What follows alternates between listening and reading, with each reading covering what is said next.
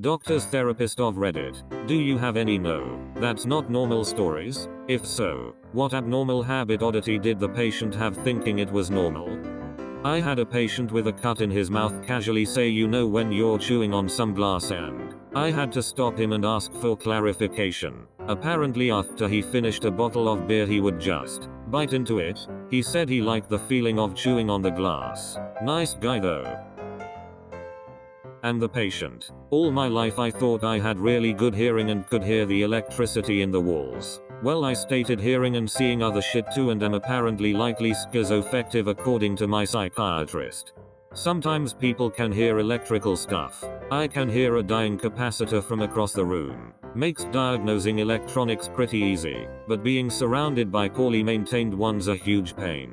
The seeing stuff not so much, though. I always have had trouble breathing during exercise, but my mom said I was just lazy and called me the family couch potato. I always had cough that would linger for months after a cold or flu, so in general I coughed all winter. My mom called it a winter cough and didn't worry about it. My college roommate was worried about my cough and recommended I go to the doctor. I was like, oh no, it's just a winter cough. She was like, that is not a thing. Yeah, turns out I have permanently damaged lungs from years of untreated asthma and pneumonia. Oh my, I'm so sorry for you. Hope you're better now. It's still a struggle, but at least I have medication now. Still have to remind myself that it's a real medical condition and I'm not being dramatic or lazy because I literally can't breathe. I can lock my jaw open in a weird dislocation type of way. It doesn't hurt or anything.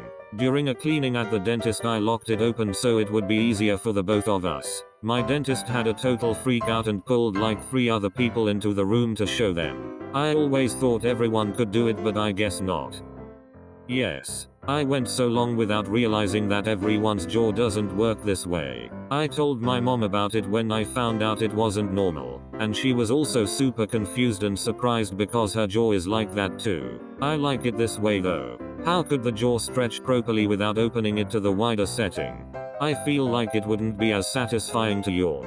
A similar revelation was when I found out that most people can't make their ears do a rumbling sound, and that everyone doesn't hear this sound automatically while yawning. Shout out to the homies at Rumbler Assemble. The wider setting. I'm sorry, I have to go stare in horror out of a window for a bit. Apparently, having constant upper back pain and muscle tightness is not normal. Before the pain got unbearable, I thought that my family was just predisposed to having back pain. My dad, grandmother, and various other relatives have similar issues. Then I saw a doctor and was told that apparently I had severely injured my back very early in life, which made my muscles spasm so hard that they could not loosen back up without medical intervention. I no longer have such bad upper back pain, and on the upside, my neck shoulder muscles are swole as all hell now. I had this my whole youth. I thought it was just growing pains. I had a physio massage when I was about 16, and like 5 feet 2, and walked out free of back pain like whatever. 2 years later I was 5 feet 10. I didn't realize it wasn't normal for people's muscles to give out on them. Like sometimes if I'm walking my legs will collapse on me. Turns out it's called cataplexy and it's a symptom of narcolepsy. Strange. This happens to my right leg now and again. I'll be walking normal, then sometimes it will dip into a deep lunge. Not a doctor but a nurse. Mother brought toddler in for distended belly. Asked several questions, including how toddler was eating, if she'd eaten anything different. She mentioned the toddler ate paper, string, hair, etc. often. Mom was truly surprised. All toddlers don't do this. Thankfully there was no blockage and the distension was benign.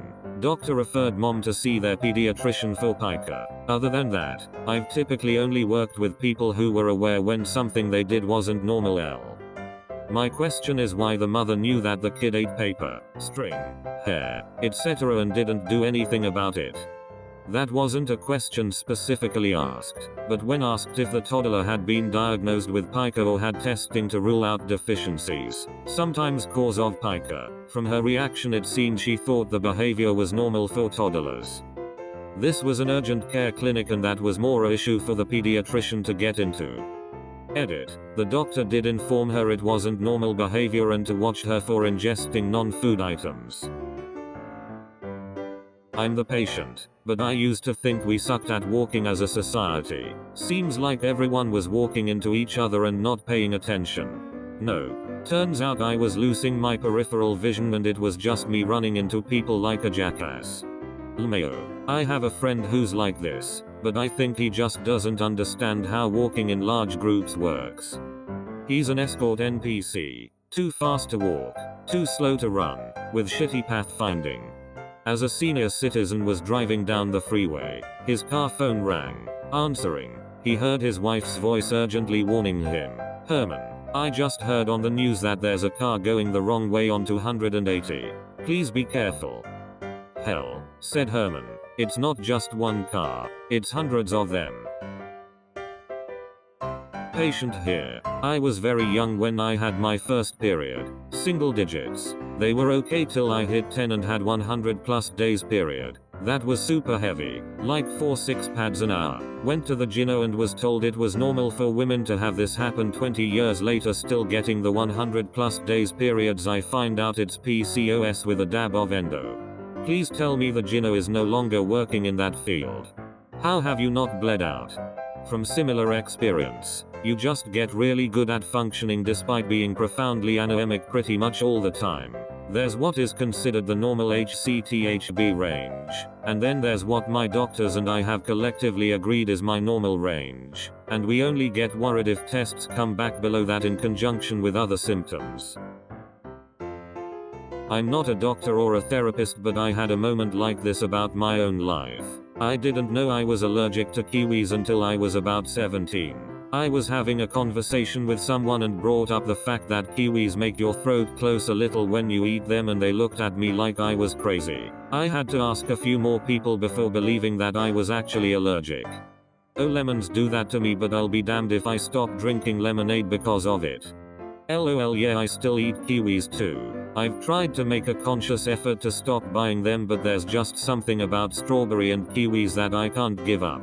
I'm sure you know this already, but some allergies can worsen the more you are exposed to them. You've been okay so far, but please be careful. I have scores of those stories, maybe thousands. Every day I wind up slowly shaking my head and gently saying, no, not normal. Most of the time it's silly, or boring, or common. There are loads of misconceptions. Most anti-vaxxers, I've found, have no idea how vaccines really work, much less basic understanding of human biology. This despite the fact that they think they are smarter than the entirety of the CDC and WHO, which is interesting. I digress. My favorite that comes to mind was when I was counseling a young couple about their infertility. As it turned out, the man was masturbating several times a day, even at the woman's most fertile time of the month, and they were both adamant that they wanted to have a child. She was sullen and angry for the whole appointment, and said, "He wakes up like 3 times a night to jack off." He turned to her and said, "Everybody does this," was in addition to maybe 5 to 9 times a day. His admission. I told him that he simply had to know that sperm are lost with every ejaculate, and can only be made at a certain rate, so his count per ejaculate was absolutely low. He was furious that I even suggest he avoid masturbating for a few days a month. I gave them a calendar, and have intercourse with his wife. He wanted her tested, to see what's really wrong here. I advised that he give the masturbating a rest first. She left him less than a year later. When I heard that, I smiled and remember thinking, good for her. Sometimes you just got to try again. Okay, that guy really needs to see a doctor and or therapist for a variety of reasons. Particularly the fact that he wakes up multiple times during the night to masturbate. That's a level of determination that most hardcore drug addicts don't have. It's alarming.